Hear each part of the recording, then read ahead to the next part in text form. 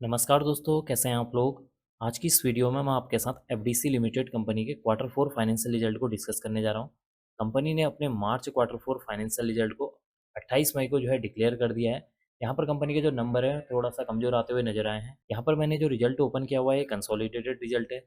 इस रिजल्ट में हमें 3 सेक्शन पर फोकस करना है। पहला है मार्च 2025 का रिजल्ट, सेकंड है दिसंबर 2024 रिजल्ट और थर्ड है यहाँ पर मार्च 2024 रिजल्ट। तो इन 3 सेक्शन पर भी हमें फोकस करना है।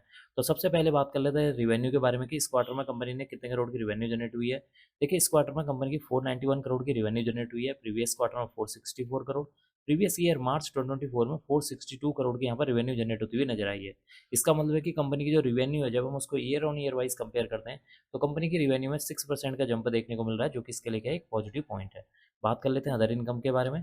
इस क्वार्टर में 16 करोड़ की अदर इनकम जनरेट हुई है। प्रीवियस क्वार्टर में 18 करोड़, प्रीवियस ईयर मार्च 2024 में 20 करोड़ की यहाँ पर अदर इनकम जनरेट होती हुई नजर आई है। इसका मतलब कि इस क्वार्टर में कंपनी की जो अदर इनकम है उसमें गिरावट देखने को मिल रही है, जो कि इसके लिए एक निगेटिव पॉइंट है। बात कर लेते हैं कंपनी के खर्चों के बारे में, यानी कि एक्सपेंसेस के बारे में कि इस क्वार्टर में कंपनी ने कितने करोड़ के खर्चे किए हैं। देखिए, इस क्वार्टर में कंपनी ने 454 करोड़ के खर्चे किए हैं। प्रीवियस क्वार्टर में देखेंगे तो 431 करोड़, प्रीवियस ईयर मार्च 2024 में 417 करोड़ के यहाँ पर एक्सपेंसेस देखने को मिले हुए।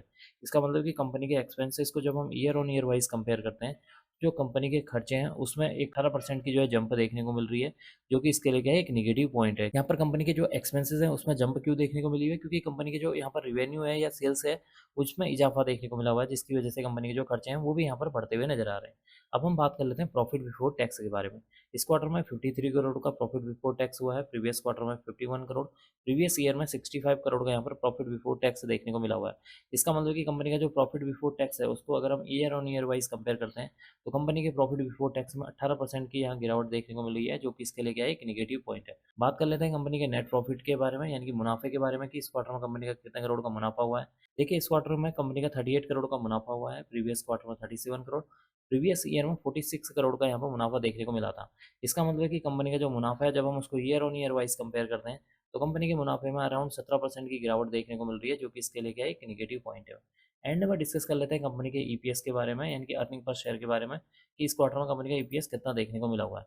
देखिए, इस क्वार्टर में कंपनी का ईपीएस जो है 2 रुपये 38 पैसे है। प्रीवियस क्वार्टर में देखेंगे 2 रुपये 28 पैसे, प्रीवियस ईयर मार्च 2024 में 2 रुपये 84 पैसे देखने को मिला हुआ है। इसका मतलब है कि कंपनी का जो ईपीएस है वो भी यहाँ पर जो है गिरता हुआ नजर आया है। क्यों गिरा है? क्योंकि कंपनी का जो प्रॉफिट बिफोर टैक्स है उसमें गिरावट हुई है, जिसकी वजह से कंपनी का जो नेट प्रॉफिट है उसमें गिरावट हुई है, उसकी वजह से यहाँ पर कंपनी का ईपीएस में गिरावट देखने को मिल रही है। तो कुल मिलाकर देखा जाए कंपनी का जो रिजल्ट है वो थोड़ा निराशाजनक देखने को मिला हुआ है। पॉजिटिव पॉइंट यहाँ पर यही है कि कंपनी का जो रिवेन्यू है उसमें अराउंड जो 6% की जंप देखने को भी मिली है। बाकी कंपनी का जो प्रॉफिट बिफोर टैक्स है और नेट प्रॉफिट है, दोनों में जो है एक अच्छी खासी गिरावट देखने को मिल रही है, जो कि इसके लिए क्या है, एक निगेटिव पॉइंट है। अब मैं इस वीडियो को यहीं पर एंड करूंगा। उम्मीद करता हूँ कि आपको यह वीडियो पसंद आई होगी। अगर आपको यह वीडियो पसंद आई तो please like share and subscribe करना ना भूलें। Thank you.